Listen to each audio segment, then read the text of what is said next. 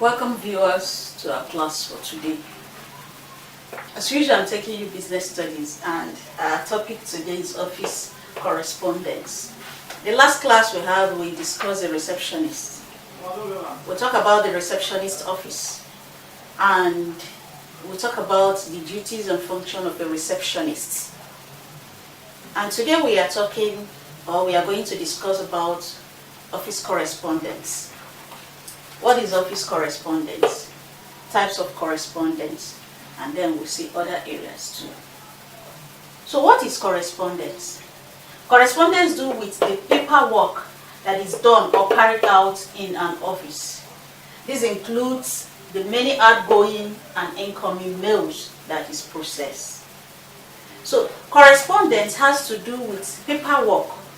But in this era of computer where we do less paperwork, but we do more of sending out mails that are not physically handled.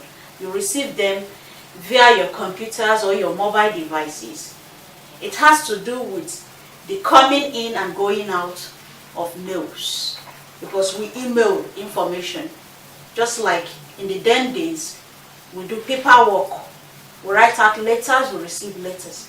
So correspondence has to do with incoming mails, outgoing mails, and other office paperwork or office correspondence, or will I say it, office information that needs to be taken care of in the office.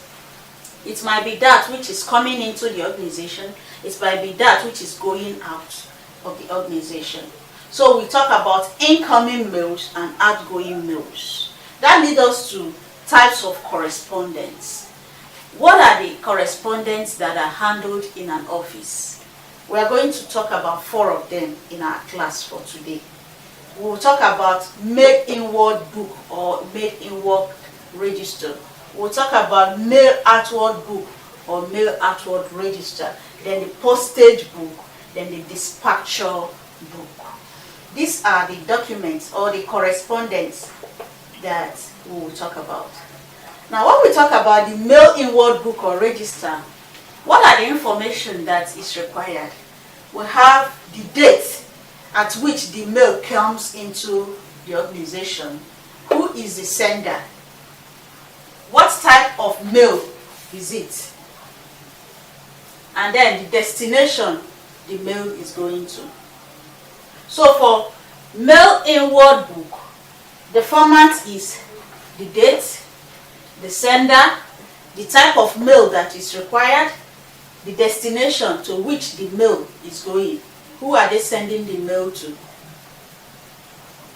Now the next type of correspondence is the mail outward book. The mail outward book takes care of mails that are going out of the organization. Remember, this is inward. Mails coming into the organization, sent from other organization to your organization. That is the mail inward. And so in recording it, you will talk about the date, the sender, where is it coming from, the type of mail. Is it confidential mail or what kind of mail? Is it then the destination to which it's going? Then the mail outward book or register has to do with mail going out of the organization.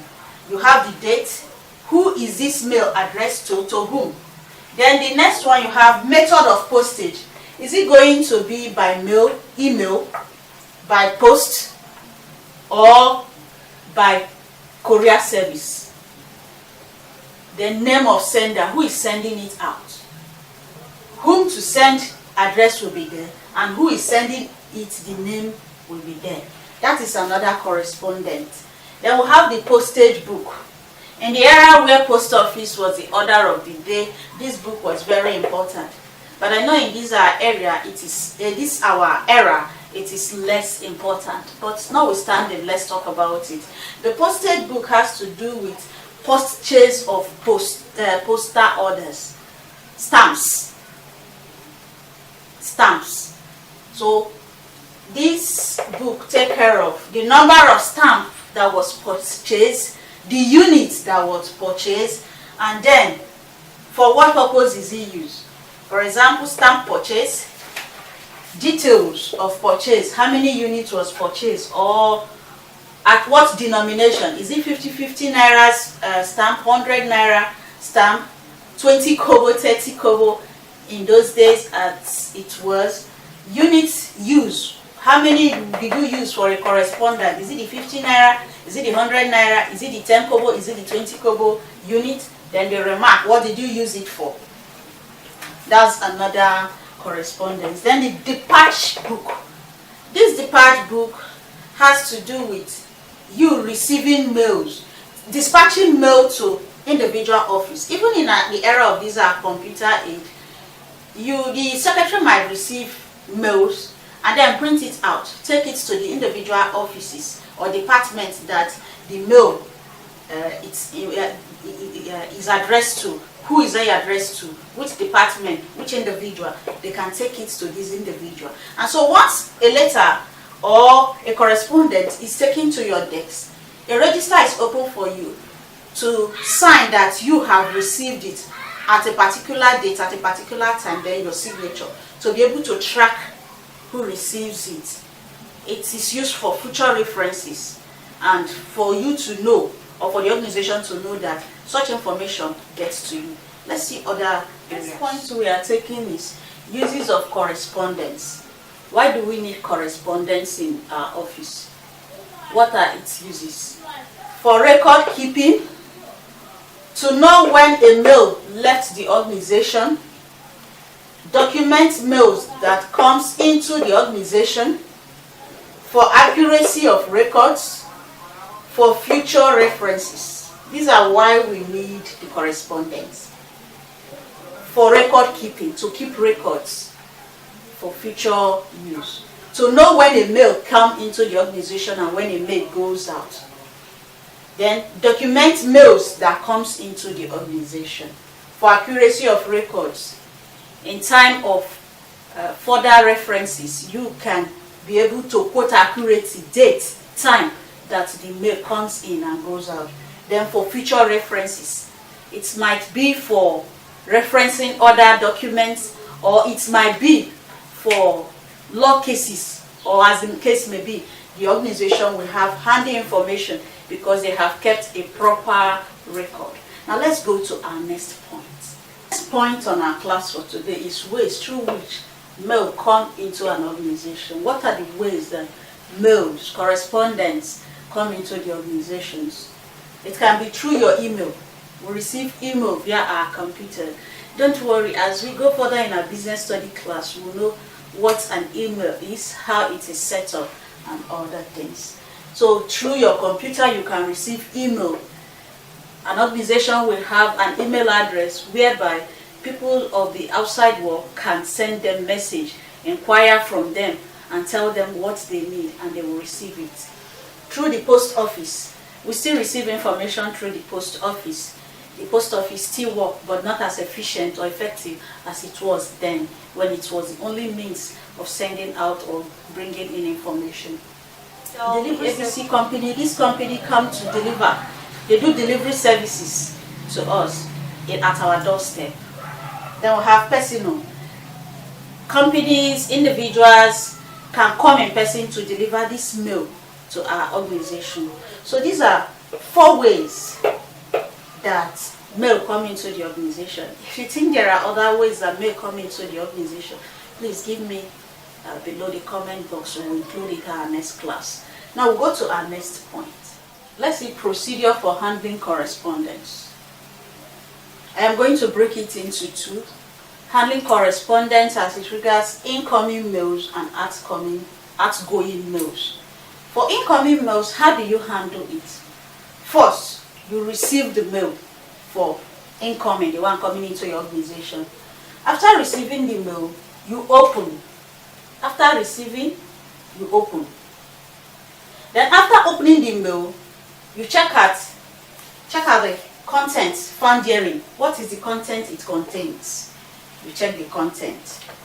Then, inside the content, if there are enclosure, that is, there are other things attached to the letter or the message sent, you will see the enclosures, and then you will sort out the enclosure, bring it out. After the enclosures, You sort mail according to department, individuals, confidential, personal, you sort. Then routing. There are some mails that are just not for one particular department. The mail might concern other departments, purchase, accounting, sales department, marketing department. If such mail comes in, you make sure you do a quick routing out, so that department involved can get their information passed to them. So this is how you handle mails that are coming in. You receive, you open, you remove the content, you remove the enclosures, you sort according to departments and individuals, then you route. Then next we want to see it, the outgoing mails. So the last point on our class today is procedure for handling correspondence as it concerns outgoing mails. How do you handle outgoing mails? You collect the mails from different departments, different individuals. You prepare them. After preparing them, you sort the mail according to department, according to confidentiality, or what have you. Then fold them into their various envelopes. Insert them into the envelopes for those that are going through the post office. If it is mailing, you can mail direct. Just insert the name of the organization, then mail out. Or insert the email of the organization, then mail out. Then weigh. If it is courier service that will carry these mails, you weigh them to know how much it will cost. If it is through post office, you weigh them to know the amount of stamp that will go in. So you stamp, or you dispatch to the courier service. You give the courier service, then dispatching. You dispatch to the post office, to courier service that will come over to pick them, or to individuals that are visiting other organizations where these letters are going to. So we have collect mail, prepare the mail, sort the mail, fold them into their individual envelopes or where they are going to, insert into different envelopes, weigh it, stamp it, then dispatch through courier service, through individuals, through post office. So this is where we are wrapping up our class on office correspondence. In our next class, we are going to discuss office documents. Go through this class and take them stage by stage. You will understand all we have covered in our class for today. You've learned what correspondence is, the types of correspondence, how to handle mails coming in and mails going out, why we need correspondence information. All of these we cover in our class for today. If you have not subscribed, what are you waiting for? Go ahead, subscribe. Tell others about us. If you have found value for our class, give us a thumbs up.